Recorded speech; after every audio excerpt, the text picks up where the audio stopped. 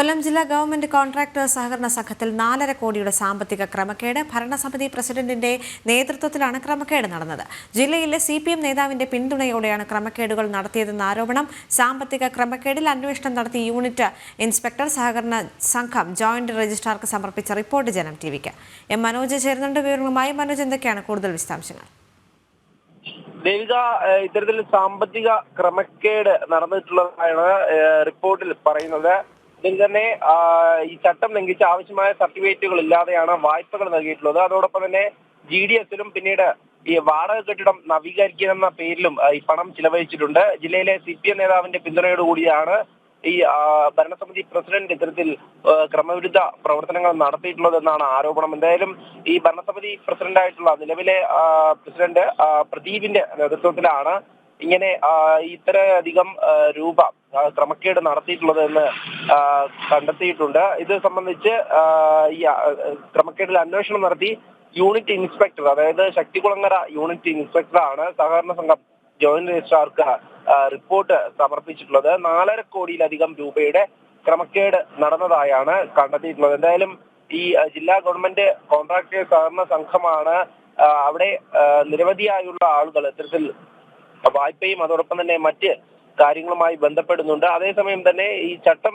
ലംഘിച്ചുകൊണ്ടാണ് ഈ കാര്യങ്ങൾ ചെയ്തു കൊടുക്കുന്നത് എന്നുള്ള കാര്യം ഈ റിപ്പോർട്ടിൽ വ്യക്തമാണ്. ഇതുമായി ബന്ധപ്പെട്ടാണ് ഈ അന്വേഷണം നടന്നത്. ഇതിൽ തന്നെ ഈ കൃത്യമായും വ്യവസ്ഥകളുണ്ട്. ആ വ്യവസ്ഥകളൊന്നും തന്നെ പാലിച്ചിട്ടില്ല എന്ന് മനസ്സിലാക്കാം. അതോടൊപ്പം തന്നെ ഈ സംഘത്തിന്റെ മിനിറ്റ്സ് ബുക്ക് പരിശോധിച്ചതിൽ അതിലും കൃത്യത ഇല്ല എന്നുള്ള കാര്യം ഈ റിപ്പോർട്ടിൽ പറയുന്നുണ്ട്. അതായത് മിനിറ്റ്സ് ബുക്ക് കൈകാര്യം ചെയ്യുന്നതിലും അപാകതയുണ്ട്.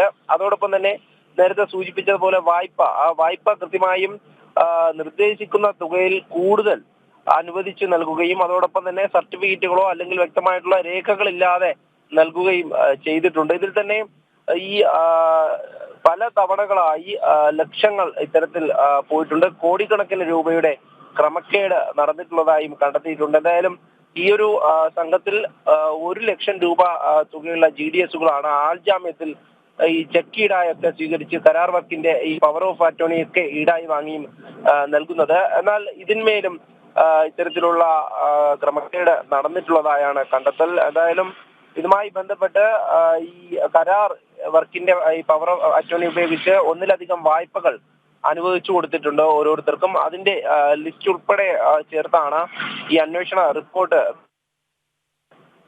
ഇത്തരത്തിൽ ക്രമക്കേട് നടന്നിട്ടുള്ളതായാണ് കണ്ടെത്തിയിട്ടുള്ളത്. എന്തായാലും നിലവിൽ ഈ ഒരു സംഘവുമായി ബന്ധപ്പെട്ട് ഭരണസമിതിയുടെ നേതൃത്വത്തിൽ ഇത്തരത്തിൽ ക്രമക്കേട് നടന്നതായുള്ള റിപ്പോർട്ട് സമർപ്പിച്ചിട്ടുണ്ട്. തുടർ നടപടികളും പ്രതീക്ഷിക്കാം. ശരി മനോജ്.